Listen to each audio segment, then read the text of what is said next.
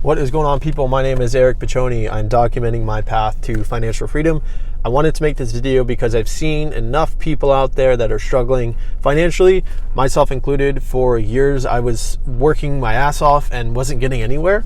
And I think a lot of people can resonate with the fact that it's only getting more expensive. It's only getting harder to get ahead in life. And as of recently, of the past 2 years or so, I've really found a formula that I feel comfortable sharing because I've been using it for a couple years now, and I think it's something that a lot of people should take to heart, because if you're ever really going to live a good life financially and just have peace of mind, there's a couple things that I would recommend doing that I think everyone else could do as well. So if this does resonate with you, let me know. Obviously, this is my personal opinion, so it's subject to change over time as I learn more things, but this is what I would do now. And obviously, you're more than welcome to disagree with me in the comments. This is, again, just what I have experienced as of lately and over the past couple of years in my process or system. If I could lay everything out, this is what I would do. So the first thing, I have my notes here, so bear with me. I'm just going to read off of them. First one, you got to find your monthly expenses. You got to have a target or a baseline of where you're at currently and where you need to be to feel comfortable moving forward. So find your monthly expenses and monthly income on a consistent basis. You could use a service like mint.com. You can do a mass pull of your income and a mass pull of your expenses and just average that out per category. Or if you wanted to go even more into detail, you could do credit card statements or find some way to track how much money is coming in and coming out of your bank accounts every single month. So getting that baseline is huge. That can set the tone for where you're at now. I can almost guarantee you there's a ton of ways that you can adjust your expenses and cut out some unnecessary things in your life. And that'll move in smoothly to the next point. So after you have your base expenses, you set up the account, you figure out where you're at, you then have to ruthlessly cut out your expenses and cut out unnecessary spending in your life, right? So you don't have to cut out all restaurant expenditures that you make, right? But if you spend $500 a month on restaurants, you got to figure something out. Maybe cut that to like $200 a month for now, and then you can taper it off over time. But the first thing, you got to figure out where the biggest areas of removal are, and then remove that completely or heavily, right? So if everyone's largest expense should be their house, and then maybe your car, and then food. So if your largest expense is food, there's definitely some areas to improve there. So what I would do and what I've done is, you take your average, let's say you spend $5,000 a month across the board, including housing, car expenses, insurance, student loans, everything. You then take a good look at what are the areas that you feel that you can definitely reduce by a significant amount, maybe things that you don't actually enjoy doing, but you do them anyway, like subscription services, all over the place, Spotify, YouTube Music, like basic death by 1,000 cut expenses that are eating up a lot of your quality of life or ability to even progress, long term. Because you got to think long term. If we want to get to a good place financially, we're gonna have to take a stand at some point and really put our foot in the ground. So cutting out some of those expenses are going to be huge, and that could be for like I said, a bunch of different ways that you could justify that. So once you've figured out what kind of expenses you need to remove, you then move on to the next step, which is really just change the rules, right? So the biggest things that I think you could do to win the game is by changing the rules entirely of how you think the game is played. Because traditionally what people do is they save $5 on Starbucks here, $7 on this bag of chips there, and they cut out like a Netflix subscription. That's not really going to make you wealthy. It will help give you a little bit of firing power to pay off your debts and everything and increase your savings. But what I would do a little differently, if you're able to, not everyone is, of course, this is just speaking from personal experience, is renting out a room in your house, a room in the basement, or if you have a accessory dwelling unit or something that you could rent out as well, or maybe you have a storage shed or an empty space in your garage, you can rent all of this stuff out with a service. Like I rent out a shed in our backyard for $100 a month. They park a car in there. And, that was a purpose of us buying the house, but we also have a basement that we rent out on Airbnb. It reduces our housing expense in half, which of course is a great way to really move quickly financially. So if you're able to rent out something to reduce the largest expense that you likely have, which is your rent. If you live in an apartment, maybe there's a way to rent it out to roommates and just like share a space. If not, totally fine. I'm just sharing some different ways that you might need to think to really move the needle. Also, a big one for some people, if you're single and you really want to really move quickly, is move abroad, because not easy to do, of course, but there is a massive reduction in expense that you'll see whenever you do move abroad. That could be something that you do at the end of all of this. You might take action, but you will see a 50% cut, if not more, of your day-to-day expenses. So if you're constantly complaining about how expensive it is here, maybe that's something that you do, because I guarantee you will have a much higher quality of life. And especially if you can go with a friend or a family member or something that knows the language, that's an extra bonus cherry on top. But again, that's like a 1.5 step in this. This is like changing the rules entirely and going it to the extreme and moving abroad. But the next step is more just getting a baseline of peace of mind. So for me, what that means is getting an emergency fund in place. So once you know where your monthly expenses lie and how much you average spend, then you can take a percentage of that and consistently put that away into an emergency fund, which ties into the next step a little bit, which is automating your transfers. So you now have a full picture of where your money is coming in and coming out of, which is great. So that essentially gives you the ability to keep a pulse on where you stand. So the next thing is you set up bank accounts that automatically take from your paycheck every couple weeks, every 2 weeks for me at least. The way I've set it up is I use Charles Schwab for like everyday checking and Marcus Goldman Sachs for savings, high yield savings. So you get a little bit more of a percentage on a consistent basis than just a standard savings account, which is like 0.001% or 0.1%, very low percentage in traditional savings. So I would recommend a high yield savings account at the very least, because you can move them in and out. There's no minimum fees. It's significantly better than a standard savings. So you'd have your main paycheck that comes into bank account 123 every single month, and then you set up multiple accounts where that paycheck goes every 2 weeks. So for me, it's the 10th and the 25th. So every 2 weeks, that main paycheck in bank account 123 goes to a paycheck for rent, a paycheck or an account for rent, account for food and groceries and home expenses like lawn care or anything that you would spend on a consistent basis for your home or for groceries or for your child, like basic expenses that you're going to have on every month that you will guaranteed to be spent. You will put that there. I would recommend doing this because it's nice to be able to go into your account and not trick yourself to think that you have more money than you really do, because it almost buckets everything into a respective category to where you know with 100% certainty that you have enough money for that month to be able to compensate or pay off whatever it is that you spend. So it's a little bit of manual work to set all of this up, but I promise you it'll be worth it. So once these accounts are set up, you now have a position or you have an ability to reimburse your main checking account, which is where all of your credit cards are going to be taking payment from. So all of your paychecks are coming in and all of your credit cards are linked to, or debit cards rather, are linked to the main checking account. So anytime you make a purchase at Walmart or groceries or anything relative to that bucketed category, whatever it is that you have bucketed, you pull from that account to reimburse and go back into your main checking account. I hope that makes sense, but essentially you're trying to make sure that you compensate yourself and have the funds for it prior to you making a purchase, so that you're not just willingly spending from all of these different accounts.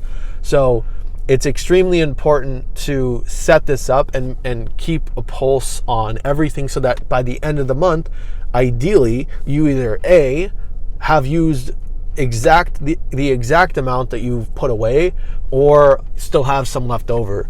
And over time, the nice thing about that is you can move accounts around or move percentages around to where you might realize, dude, I have way more than I need in this one account. Let me take that extra funds and put it away to pay off a debt or something of that nature, which we will cover soon. But again, having an entire sphere of everyday checking accounts would be huge. And then the same thing for long-term savings accounts. So same thing goes, essentially pulling from the main checking account, going to a long-term savings account, which is expenses that are likely going to happen over the next 6 months, a year, 2, 5, 10 years, who knows? But what happens in those cases is you then take an automatic transfer every 2 weeks, same thing you did with checking, where you have a comfortable amount that you would pull from that allows you to give yourself a buffer or a chunk of change for this expense, right? So for us, we have plans to have a second child, but it's not like we're going to do it tomorrow. So we have enough time. So we're taking out $20 a month to go into our long-term savings account. So by the time ideally our child is born, we have enough to either A, cover the medical expenses or cover the diapers for the next, year or the next 2 years. So it just gives yourself enough of a buffer to where the time comes and you're not like, oh shit, how are we going to pay for this? Same thing with a house or a wedding or longer term big expenses that are going to happen, or a big car purchase, right? Anything like that. Same thing goes with, a nice dinner or holiday spending or gifts, things like this. You take, again, it could be a small amount or a pretty hefty amount, whatever, but enough to where you are not going to be short the amount of funding. And if you have extra at the end of the year, you can always move that to some other account or whatever the case. So that brings me to my next point, which is now ideally you have an idea of how much is going to each of these accounts every single month, how much you're saving every single month, and you should have a surplus or an amount that you have extra on top of all of that. That would be the goal. Even if it's $100, we want to be able to have a surplus. The more the better, to be honest, and more than anything, I would prefer for you not to have any extra purchases or extra needs that aren't necessary. The things that you're saving for need to be essential, so that you can take this surplus. Hopefully it's $500, $1,000 or more, and you can put it towards a debt or something that is pulling away from your account that is not providing any value in terms of an income. Because there's a lot of people that think that cars are an investment or houses are an investment. They are if they're making you money, maybe on Turo or Airbnb if you're actually making a profit. Otherwise, they're a liability and they're costing you money. So putting that money away, whatever you have extra towards a debt, student loans, credit card fees or credit card purchases, any type, car loans, anything really that's coming out of your account that's not providing you value, right? Aggressively paying it off. Typically, the more financial sense way to do it is to take out the highest interest rate purchases, but psychologically, you feel like you have more momentum if you pay off the lowest balance first. Now, there's a caveat with interest rates and percentages and balances, but ideally, if you can pay off the lowest balance first and then work your way up, it's called the debt snowball. It's the method that I prefer, just because psychologically it's easier to do. So getting aggressive, paying off the debt.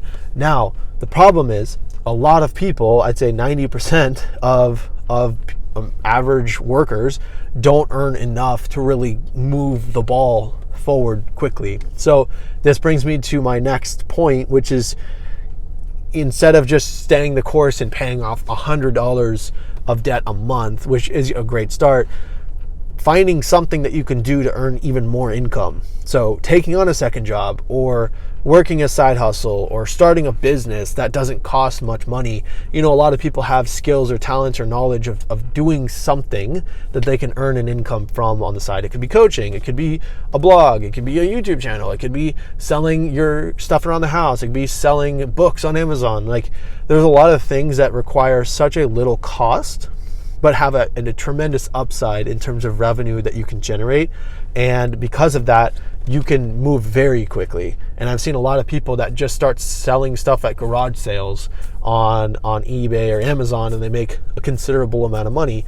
Diffusely, that has been the thing for years, and it's gotten a little, saturated to an extent, but there's so many different things that you can do out there. You can flip furniture. There's all sorts of stuff. So whatever that is, find a second job, or go to a different industry, or change the amount of income that you are making so that you can move that much faster. So for me personally, sales has been the way to go. I've always been a big fan of the sales industry because you can earn much higher commissions, but that's another conversation. At that point, you now have a lot more income that you can aggressively put towards this debt. So, it's not going to take you 3 days to pay off this debt. It's going to take a while. So you got to be patient with it and just be extremely aggressive and laser focused. What I would recommend too is writing down the goal or the North Star of what you guys are trying to do so that it keeps you focused. Hey, we're paying off $50,000 in debt. That's what we're doing. That's our goal. And you can put that on sticky notes all over the house. You can put it on a little fundraiser, like temperature thermometer thing, or something to gamify it and keep it fun, because you have to stay energetic and keep that purpose in your head, because times will get tough where you're like, God, we're so far away, but you got to see your progress. You got to see how close or where you're at, and keep a pulse on it so that you can keep going when you need it most. So finding a way to keep it fun, but staying focused on the goal ahead, so that it doesn't allow you to get deterred when you feel like you want to buy these pairs of shoes or watches or necklaces or that car that you can finally afford. You have to stay focused and disciplined to whatever it is that you have, because by the time that you're really moving, you're going to be very tempted to want to buy that thing. But I promise you, the feeling that you'll get when you're debt free is uncomparable. There's nothing that can come close to it. So that brings me to my last point, which is, what the hell do you do when you have all this cash free money that you have extra and everything has been paid off? What do you do at this point? Invest it heavily into something that can pay you over time, because a lot of people, myself included, when I first started, I thought it was you invest in something first and then let it grow over time. But I was, you think about it, you're only contributing maybe $100 a month to this thing. Yes, compounding makes sense. However, my personal opinion is I would rather have all my shit together, all my ducks in a row first, before transitioning over to the investing part of it, because you'll move extremely quickly if you have no debt. You pay cash for most things at this point. If you are going to finance, it has to be something that's going to be worth the finance charge, right? So real estate and mortgages, things like that. But even then, right now, it's a shaky conversation unless you're house hacking, where you're living in one unit, renting out the other rooms, something like that. Other than that, it's a very slippery slope to even consider any type of finance charges, unless it's an emergency or something. But again, paying it off aggressively. But at this point, investing with every ounce and extra dollar that you've earned over this course of time is going to be the next step, so that you can let that compound over time, and then eventually you can live completely off of your investments, and any other jobs or side hustles or businesses that you have can just be like a surplus to that, and you can just rinse and repeat this process, grow over time, and really get ahead. So hopefully that makes sense. Hopefully I provided some clarity. And if you feel like I'm an idiot, feel free to let me know in the comments. Share your insights. I try to hit as many topics as I possibly could, and genuinely try to help people out there.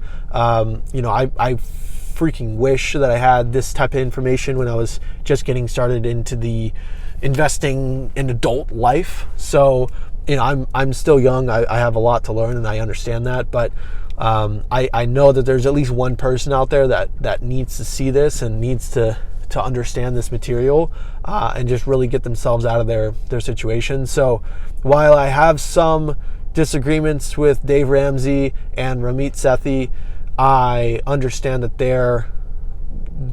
have a lot of knowledge on these things. So I would recommend checking them out as well. I think they have a lot of good insight. I do disagree with them on the real estate side of things. I think it's a great investment, assuming that you approach it right. Again, house hacking or some kind of risk-averse option. But I would recommend checking them out as well. If you don't know who they are, definitely do. They have a lot of good insight. But invest in yourself. Read books, listen to podcasts. Like, try to educate yourself on things that you don't feel confident in, because it's really the only way to change your perspective and get outside of that bubble that you're in. So thank you so much for watching and listening to me ramble. I'm like a couple cups of coffee into the day. So thank you so much for listening in, and I appreciate it. And let me know if there's something that I missed or something that you feel that I could touch on in the next video, or something that I could explain better in the future. But thank you so much. Stay tuned, and God bless.